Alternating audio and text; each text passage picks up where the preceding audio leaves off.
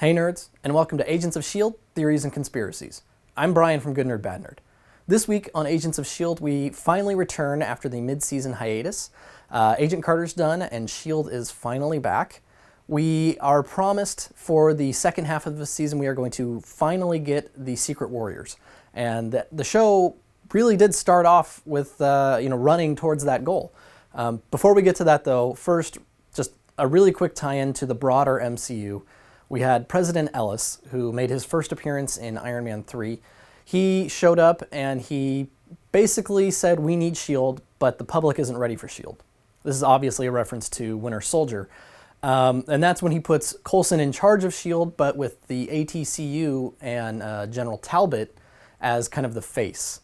So that'll be interesting to see how Coulson and Talbot are actually able to work together when they're both sanctioned and on the same team. Now, the characters we got this week. There's the obvious one, Yo-Yo Rodriguez. In the comics, her code name is Slingshot. Now, she's the Puerto Rican daughter of the Griffin. The Griffin is a character in the comics. He's a villain. But she can run at superhuman speed and then bounces back to the point where she began. The show added that thing about as far as she can go in a heartbeat.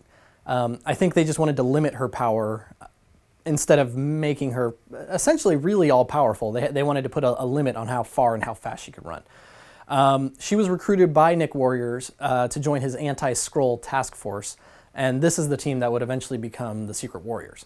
So she's a very cool character, definitely from the comics. Now, there's something about her, and that ties into our next character. So I'm going to get back to that, because our next character was the Inhuman that was a part of the Puerto Rican police force with the eyes that turned people that would freeze them. Not freeze as in they would turn to cold, but it locked them up almost like they were frozen in stone. So my thought is that this is actually based and going to be the MCU version of the character, the Gorgon. Now, real quick, he's not the Inhuman Gorgon who's part of the royal family, but rather there's a character by the name of Tomi Shishido. And he's been a member of the Hand and HYDRA. At one point he was the Supreme HYDRA.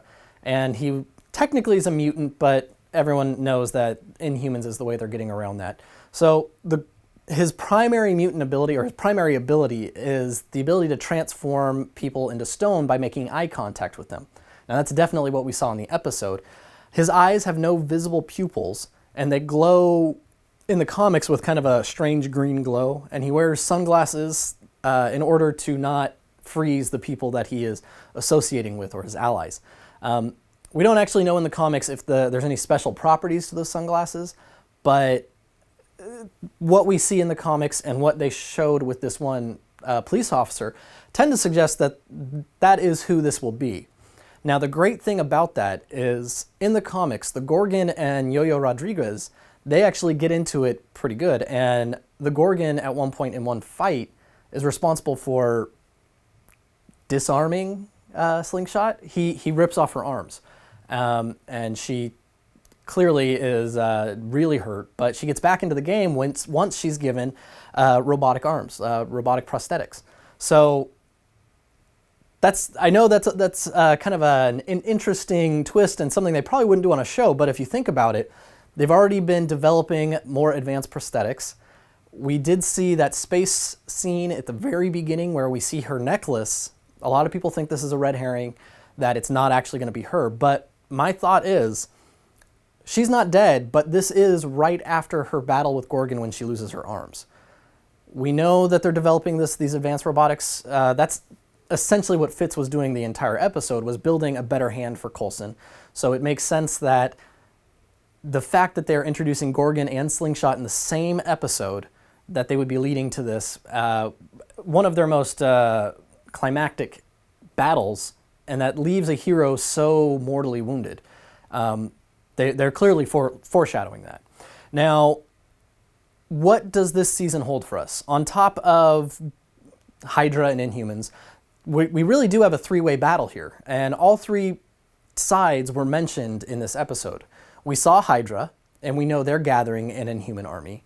We have S.H.I.E.L.D., and we know they're gathering an Inhuman army. But the third team, or the third player in this, is Lash, Dr. Bennett.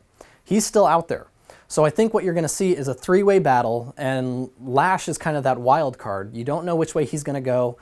He's not in control, and it's possible that he may be overwhelmed or taken over by Hive in some way. That's all we got from this episode. What did you guys think? Do you think we are really going to see an epic showdown between Yo-Yo and the Gorgon, as I'm calling him? And do you think that really was Yo-Yo in the spaceship? I'm going to call it the Space Quinjet because that's really what it was. It was a Quinjet. I think that's pretty obvious based on the display we're getting on the HUD of the ship. So let me know what you guys think. Tell me your theories about who you think the guy with the glowing eyes was, and let me know what you're looking forward to this season and if you're happy the show's back. So until next time, I'm Brian from Good Nerd Bad Nerd, and this has been Agents of S.H.I.E.L.D. Theories and Conspiracies.